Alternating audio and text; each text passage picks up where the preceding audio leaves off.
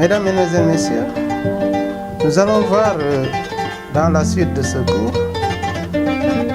les étapes 2 et 3 du processus budgétaire. Nous avons dit que l'étape 2, c'est l'étape sur les débats des orientations budgétaires. À ce niveau, il va falloir d'abord noter que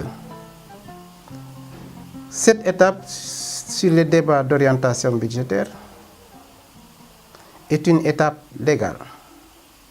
Elle est recommandée par la loi et la non-tenue de cette étape peut être un motif de rejet du budget par le Conseil ou par le représentant de l'État. La deuxième remarque à faire, c'est que cette étape a un délai légal. Elle doit se tenir 30 jours avant l'examen du budget. Et la troisième observation, c'est que les débats d'orientation budgétaire ne font pas l'objet d'un vote ou d'une délibération. Qui sont les acteurs de cette étape? Il faut dire que l'étape sur les débats d'orientation budgétaire est l'étape qui regroupe le plus d'acteurs sur l'ensemble du processus budgétaire. Parce qu'ici, tout le monde est représenté. Nous avons l'ordonnateur, nous avons les citoyens, nous avons le conseil, nous avons le représentant de l'État, nous avons le receveur, l'inspecteur des impôts et domaines, il y a les services des finances de la collectivité et le secrétaire général ou le secrétaire municipal, il y a les services déconcentrés de l'État, les partenaires au développement de la collectivité, il y a l'ensemble des citoyens et de la société civile, mais aussi il y a toute personne qui est susceptible d'éclairer le Conseil sur les choix budgétaires.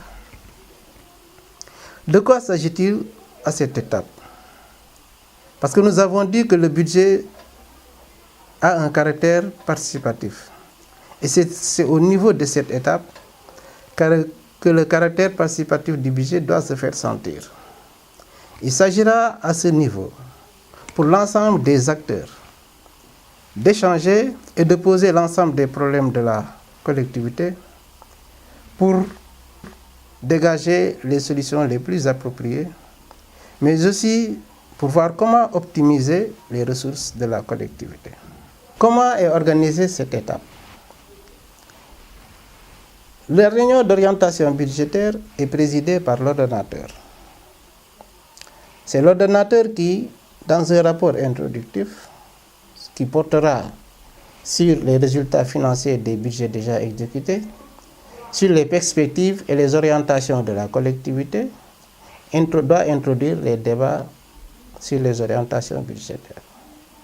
Ces débats peuvent se poursuivre pendant un mois, au cours desquels les acteurs poseront l'ensemble des problèmes de la collectivité, comme nous l'avons déjà dit, et essayeront d'apporter les solutions les plus appropriées et essayer d'optimiser l'usage des ressources de la collectivité. Voilà pour l'étape sur les débats d'orientation budgétaire. La troisième étape, c'est l'étape de l'avant-projet budgétaire. L'avant-projet budgétaire est une étape qui concerne particulièrement les services des finances de la collectivité et l'ordonnateur ainsi que le secrétaire général de la collectivité. Il s'agira à cette étape d'exploiter les rapports sur les débats d'orientation budgétaire, d'analyser les comptes administratifs de l'ordonnateur, d'analyser les comptes de gestion du receveur et d'en tirer les conclusions pour fixer les premières prévisions.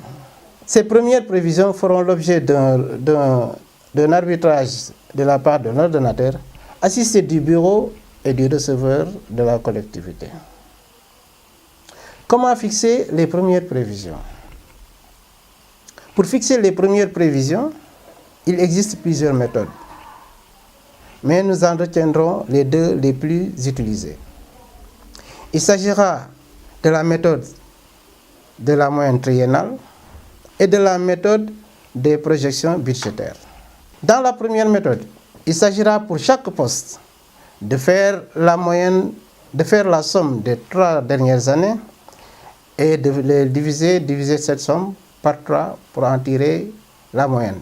C'est cette moyenne qui va constituer la prévision budgétaire.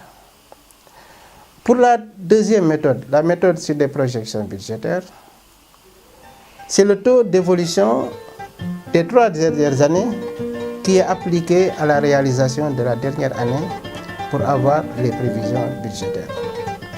Voilà pour cette étape sur l'avant-projet budgétaire.